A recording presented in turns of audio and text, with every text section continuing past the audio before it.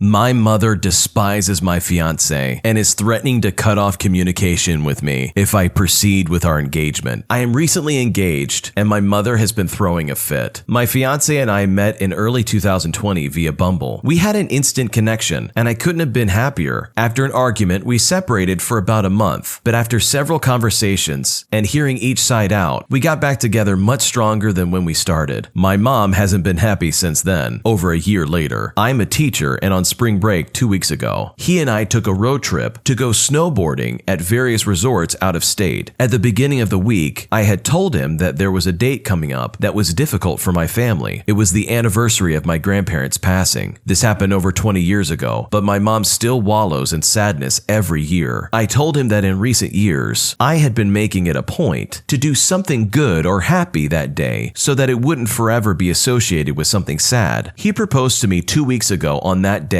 and of course the first person I wanted to call was my mom. She didn't pick up. I texted her the picture he took of me with the ring, and she just wrote back that she was stressed at work that day, but that the scenery was nice. I texted back asking if she noticed anything on my hand, and she replied, "Oh my God." She then called me and said that today was not a good day, that she was swamped at work, and that I knew what today was, and that she can't handle any other thing being thrown on her plate. I told her that I would call her later that day, but ultimately I didn't because I knew she would make it about herself, which on my engagement day, I didn't want to deal with. When we got back from the road trip, my fiancé dropped me off at their place. It was a chance for me to talk with them one-on-one. She wanted to see the ring, commenting on how beautiful it was. I also showed her and my dad the video of my fiancé took of the proposal. She then took out their wedding album and showed me pictures and asked about what tentative plans we had. I told her that we picked out a venue, the place where we proposed, and that the date was going to be August of 2023. She then said,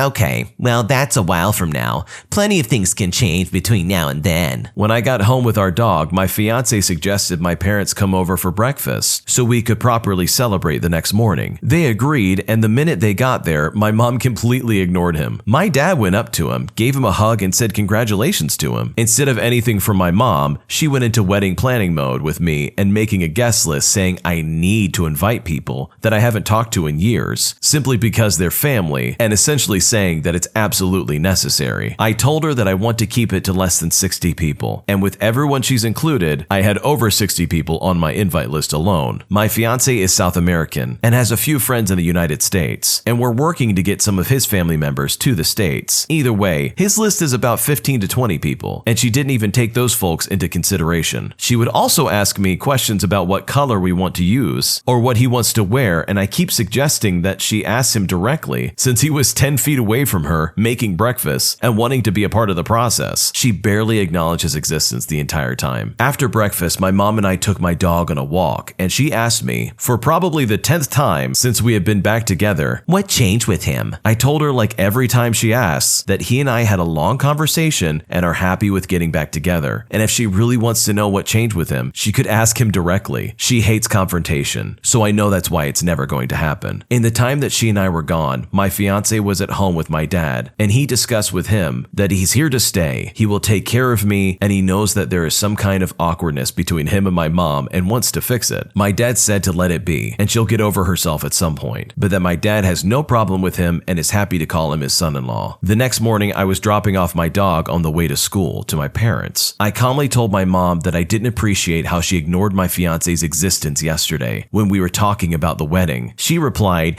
"It was intentional." I told her that he wants to be a part of the planning process and he wants to sit down with her and clear the air. She was playing a game on her phone the entire time I was saying this and said, "I don't care about his feelings. I want nothing to do with him." Since then, a week and a half later, my mother has been giving me the silent treatment. She and my dad's anniversary was earlier this week, and I said happy anniversary to them, and he said thanks. She didn't even acknowledge that I was there at all. She was staring at the television, completely ignoring me. I told her I loved her and I was leaving, and still absolutely nothing. This morning, I wanted to at least see if she acknowledged me, so I went to where she was getting ready and told her good morning. She said, "We need to disentangle ourselves financially from you because I'm done. You don't want to hear what I have to say. I don't agree with him. I don't agree with the engagement. I think you're settling. You seem to prioritize him over everyone else in your life. If you need me in case of an emergency, I'll be there. But otherwise, day-to-day things, I'm done." none. I told her that we'll talk this evening when she and I don't have to be at work at a specific time. I'm at such a loss for words. She has pulled this behavior too many times and I'm over it. I have suggested therapy since I truly think she's been depressed since my grandparents passed away. She loves to dwell on the past. Yes, therapy costs money and she's very stingy with her money, but it doesn't mean you're weak. I've gone to therapy several times and it has done wonders for me. If she doesn't get her way, she throws a fit. She refuses to let me be an adult and make my own decisions, whether or not she's okay with the decision. She can't stand the fact that I don't need her to be successful and that I'm starting my own life and creating my own family. Yes, I have relied on her and have valued her opinion and taken into consideration with things in my life, but this is just too much. I've gone to Google, of all things, and it sounds like she has some kind of narcissistic personality disorder. But when I go to talk to her this evening, I have no idea what to do. I plan to hear her out and not react. I'm going to stand my ground and maintain an even tone. I know that she is saying a lot of things to hurt me and get a reaction, but the more she does this, she's going to make a rash decision to not attend my wedding and regret that for the rest of her life. There's absolutely so much to unpack here, but first and foremost, the mom is absolutely in the wrong. This woman is clearly happy with her fiancé, and the fact that her mother is being this childish and ridiculous is absolutely unacceptable. And while I think the woman in this story knows what she needs to do, to make it more clear for anybody who's listening, this lady does not need anything to do with her mother. She is 33 years old on the verge of starting her new life. And from the sounds of it, her mom's been pretty abusive and toxic most of her life. When she gets married, this is legitimately the first day of her new life with her husband. They both love each other and they want to have a wonderful future together. And I really hope the mom in this story chooses to be a part of that future instead of whatever she's trying to be right now, because nobody deserves this kind of treatment. A crazy Karen and her family threatened to unalive me at work. I used to work at a go-kart track arcade type place. Most of the people who work there are anywhere from 15 to 19 years old, me being 17 at the time of the incident. Because of the age of the employees, I can understand why someone who's much older might feel a little cautious about our dependability and ability to follow the rules. But I can assure you, we never messed around and we never broke any rules, even with our dumb juvenile brains. For the most part, we were really good workers. I specifically worked the go-kart track. We had an outside and indoors track. I was working the outdoor track at the time. A big family of about 10 to 15 people walk up to the line and start getting into the go-karts. I stopped the one child and asked for her height because she looked too short to go on the go-kart. Turns out she was well below the height minimum, and I told the crazy Karen that her daughter can't drive, but since the go-kart is a two-seater, she can ride as a passenger with someone else in the car driving her. This Karen and her husband were not having it. Apparently, they were there earlier in the day when I wasn't working, and the employee working there at the time let her daughter drive. I explained to her that my coworker made a mistake by letting her drive and shouldn't have driven the first time, and we will figure out which employee that was and reprimand them. I then told her that her daughter is allowed to drive the go-karts on the inside track because they are slower, and we let shorter, younger people drive them because of the increased safety. So if she wants, they can go in there or stay outside and just have her daughter ride as a passenger, whatever they want. And I guess today this evil, crazy Karen was not having it. Instead of being understanding and just making her daughter ride as a passenger, she told me she was going to slap me and my coworkers, who were also working on the track at the time, and then later saying she was going to unalive us, all while screaming at us and making a huge scene. I figured this was beyond my power, so I called my manager over to mitigate the situation. When my manager gets there, evil Karen and her husband pull out their phones and start recording me saying how I was being racist and derogatory towards them, and that because I was wearing my school's wrestling team sweatshirt, they figured out my school and were going to call them to tell them the horrible things I supposedly said to them. They also said they were going to post the video they took of me doing literally nothing and post it on social media. Now, I'm a pretty big guy, being 6 foot and 230 pounds at the time, and having multiple years of football and wrestling under my belt. I know my boundaries very well, and I know what I am capable of. Combined with my temper, I knew that if I had to stay around much longer, it would get ugly. I was in no mood to be putting up with their garbage any longer, so I quickly left to go clean inside and calm myself down. It wasn't my problem anymore now that my manager was there. Apparently, they went back inside to scold the owner of the business, my boss, and the crazy Karen recorded her and gave her the same treatment she did to me, and the owner ran out of the building, a sobbing mess. My manager eventually lets them ride for free on the inside track, and they shortly left afterwards. The worst part was that the owner and the manager blamed it on me because apparently my large stature might intimidate people. people, and I need to be extra careful when people speak to me, and vice versa, which is totally ridiculous. I'm a calm guy most of the time, and I've always been very nice and courteous with employees, especially this terrible Karen. The fact that I didn't explode in tears at a little bit of confrontation puzzled me a little, and made me wonder if my boss should be allowed to be criticizing me, since she can't hold her things together. Never heard anything from my school or saw anything pop up on social media that led me to believe that they were just manipulating the situation to get a free ride, which my terrible manager gave them, instead of kicking them out or calling the cops like they should have. That is a horrifying situation to be in. These people literally threatened to unalive this guy, all because their daughter was just too small for the ride they were going on. Absolutely craziness. And the worst part about it is that the owner and the manager blamed the guy that was being yelled at. These people should have been banned immediately for life. Shunned, publicly shamed. You don't treat teenagers like that. At the end of the day, this guy needs to find a new job. And if he does decide to stick around there, he needs to call the police the next time these people come in, because nobody deserves to be threatened over something so simple and mundane. I lost all my money to a cryptocurrency scam after my friend's hacked Instagram account referred me to it. This began on Monday morning and has tainted my mental state as well as humiliated me to my friends and family. I'm a 20-year-old male that recently started my electrical apprenticeship. I haven't had much money in my life, but I finally started to feel comfortable buying things for myself: tools, clothes, food, etc., as well as planning to buy things I've wanted for a long time, like a new phone or a new guitar. So on Monday morning, I was working on the top of a high-rise with a lot of downtime in between tasks. During some of this downtime, I received an Instagram direct message from one of my buddies that I usually talk to a couple of times per week. He always sends me stuff he feels I would be interested in, so it wasn't exactly out of the ordinary when he sent me a message about how he invested $500 into Bitcoin and made $6,700 back. He provided a picture of his own phone showing the lock screen with notifications that $6,700 had been deposited into his bank account. His phone background was correct, so it seemed incredibly legit. Me, being the relatively broke and hasty fellow that I am, immediately inquired if it was real. He claimed it was and sent me the mining account he invested through. I know almost nothing about cryptocurrency and even about investing in general, so it seemed credible enough for me. I decided to invest $500 and followed the supposed steps given to me by this account in between work tasks. I wasn't paying too much attention though to what exactly I was doing. My lust for the chance to make a profit was far too tangible for me to stop and think. I continued sending money and following steps until Tuesday morning, when they claimed that I had not followed instructions and that I would have to upgrade my account to proceed. The upgrades, of course, started at $2,000 and went upwards. This is where I finally realized what I had done. I had already sent them more than $1,500 when I told them that I no longer had that kind of money and that I couldn't pay for it. They then tried to get me to send a smaller amount. This is when I was sure it was a scam, and a depressive, dark mood fell upon me immediately. I called both my bank and the police, providing evidence of chat logs and the steps I followed. But as the money was sent through e-transfers, they bluntly told me that the likelihood of getting the money back and pressing charges are very slim. They are currently investigating it, but my hacked Instagram account continues to message everybody I know, presenting them with the same scam. I feel so ashamed and have taken multiple blows to my intelligence. I never once stopped to think that I dug myself into a huge hole. This is such a scary story. This is just evidence that you absolutely have to be careful with what you invest in. Something like this honestly could have happened to anybody, and thankfully it was only $1,500 that this guy lost. It could have been much, much worse. I know lots of people who invest a lot of money into cryptocurrency, but if you're gonna do it, you have to do it legit. And to be honest, getting a message from anybody about some shady deal that you can get by investing just a little bit of money and expecting to get this unbelievable amount back is most likely a scam. So you absolutely have to be careful where you put your money, or else you just might lose it all. My new boyfriend is making me choose either him or my mom. I've recently started dating again, and in a short amount of time became exclusive with this one guy. We've been dating for 3 weeks, after becoming exclusive at the second date. We enjoy hanging out and dating, but I can't spend as much time as he'd want me to, because I also have to take care of my disabled mom. My mom is 70 years old and has, among physical issues, some mental health problems as well. She also has paranoia and tends to have outbursts if I spend long amounts of time somewhere, especially if it's with somebody that I haven't known for a long time or that I don't know well. I typically need to call or text her periodically just to reassure her. Recently, I've had to delay a date because I've needed to help her with some things. All this related to her physical health, as well as a lawsuit that she's currently going through, as well as to wait for a good opportunity to leave her alone for longer than usual. It's something I have to basically prepare for because I approach the subject when she's in a good mental health space. My new boyfriend thinks I'm choosing my mom over him and is basically putting a wedge into our relationship until I disobey my mom, if that means anything. To me, this isn't a question of obedience, but that I'm trying my best to maintain a relationship and at the same time cope with my mom's deteriorating health. But he thinks she is ruining things because she's the reason that I can't date or visit him any time that he'd like us to. Does he have a point? Does it look like I'm clinging to my mom or that she's manipulating me and I'm actually in the wrong for thinking I can balance both relationships? It's never occurred to me that this was an issue because it never came up with any of the guys I've dated previously. They were okay with me taking care of her and delaying dates if it was necessary. They themselves would delay dates in order to attend a friend's party or take care of a visiting relative or do overtime at work, and I never held it against them either. What should I do? This new boyfriend sounds very toxic. I really wouldn't second guess yourself because this sounds like a really big red flag. It sounds like these are true colors slowly starting to leak out of him. I totally understand wanting to be there for your mom, and obviously that's a priority. And the fact that this guy can't understand that is really kind of disturbing. In my honest opinion, I think she really needs to determine whether she wants to be in this relationship or not. It seems like this guy's trying to wedge himself into an area of her life that he has no business being a part of. And in my opinion, she should probably just kick him to the curb. My girlfriend says that she's ashamed that I work for Uber Eats and DoorDash. First of all, I should say I am a foreign exchange student. That's why I can only work 20 hours per week, and the money I get for my job is not enough to pay for my rent, food, and university tuitions. So I get some help from my parents, but for some personal reasons, I can't ask them for much, and I am planning to ask for no money from them in the future. So I ride around on my bike and deliver food using Uber Eats and DoorDash with any time I could spare. With added benefits from getting some extra money, I also get my cardio in, and honestly, it feels great to ride around in the area, discovering new interesting places and restaurants where I could take my girl on a date. Now onto the subject at hand. Me and my girlfriend have been dating for 7 months. One day, she tells me she feels ashamed that I deliver food, and she is afraid her friends will humiliate her if they ever find out I deliver food in my free time. I honestly don't know what to say to this. I told her to get new friends and she got angry with me. She also said that I should get a real well-paying job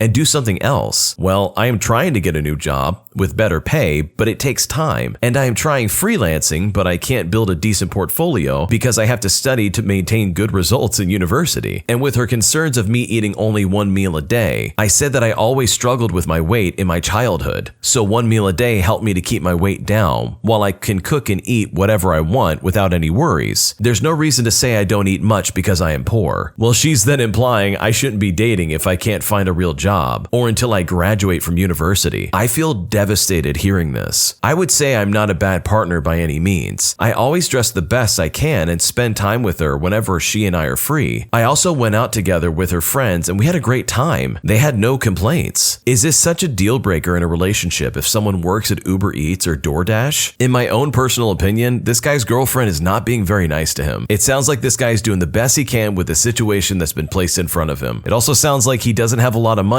In fact, he only eats one meal a day. So he's doing the best he can while still trying to maintain good grades in university. Like, this guy's working. He's working as hard as he can to get through school, and he's working hard to make money for his future. If she can't see that, then that's really unfortunate. At the end of the day, a job is a job. It's there to make money. And sure, you would love to pursue your passions for a living, but sometimes you just have to put your nose to the grindstone, make money, and get by. Overall, I really hope this guy finds the support that he needs, because from the sounds of it, his current girlfriend is just not there for him. Today I messed up by nearly blowing up all of my roommates when I tried to heat up a frozen can of soda. This happened during college. I was in my shared apartment lounging around when I had an inkling to have myself a Coke. I go to the kitchen and pull a can out of the fridge. This refrigerator did not ever seem to know the difference between refrigerator temperatures and freezer temperatures. So it was kind of random what you might end up with. And on this particular day, I hit the reverse lottery and found myself holding a frozen can of Coke. But I wanted Coke and I wanted it now. No worries. I had a solution. What I needed was some quick heat, and conveniently located next to the refrigerator was a stove. I should note that I excel in situations like this, because in no time at all, I had whipped out a pot with some water, some blazing high flame, and in the middle of it all, one soon-to-be unfrozen can of soda. Plan in place and executed perfectly, I went back to the living room to watch some TV. It's really kind of up for debate whether subconsciously I knew it would be a good idea to be anywhere near that kitchen, because the bomb, as they say, had been lit. From here, I don't really have a concept of how much time passed. 2 minutes? 10 minutes? However long it was, my world was quickly punctuated by a literal explosion. I had no idea what happened. A gas leak? A plane? I jumped to the floor to avoid doom. Very quickly thereafter, and while I'm still on the ground, my roommates came running into the living room. Dude, what happened? My senses slowly coming back. It kind of dawns on me that this may have been caused by my idea to basically light pressurized carbonation on fire. We run into the kitchen, and to this day, I still cannot believe what it looked like. There was soda, sticky soda everywhere. But where was the can? The can was gone. Bits of aluminum had been blasted into the walls. The ceiling, full metal shards, literally half in the wall, half out. We literally stood there, mouths gaping at the apocalyptic scene our standard college kitchen had become. I still sometimes think about how lucky I was. I could have easily unalived somebody, or unalived myself, or my roommates who came into the room. Imagine if I had come in a moment earlier to stir the thing, head poked over it. I still get chills about it to this day. Yeah, this guy wins the Darwin Award 100%. This could have been absolutely horrible. He literally avoided an explosion in his own kitchen. I mean, I can't think of a worse way to go. This guy literally just wanted soda, but instead he nearly caused a funeral. Thanks for watching. Make sure to subscribe with notifications on. Check out the playlist at the top of the description for the next story. And if you're a streamer, use the copyright-free music linked down below on your streams. See you next time.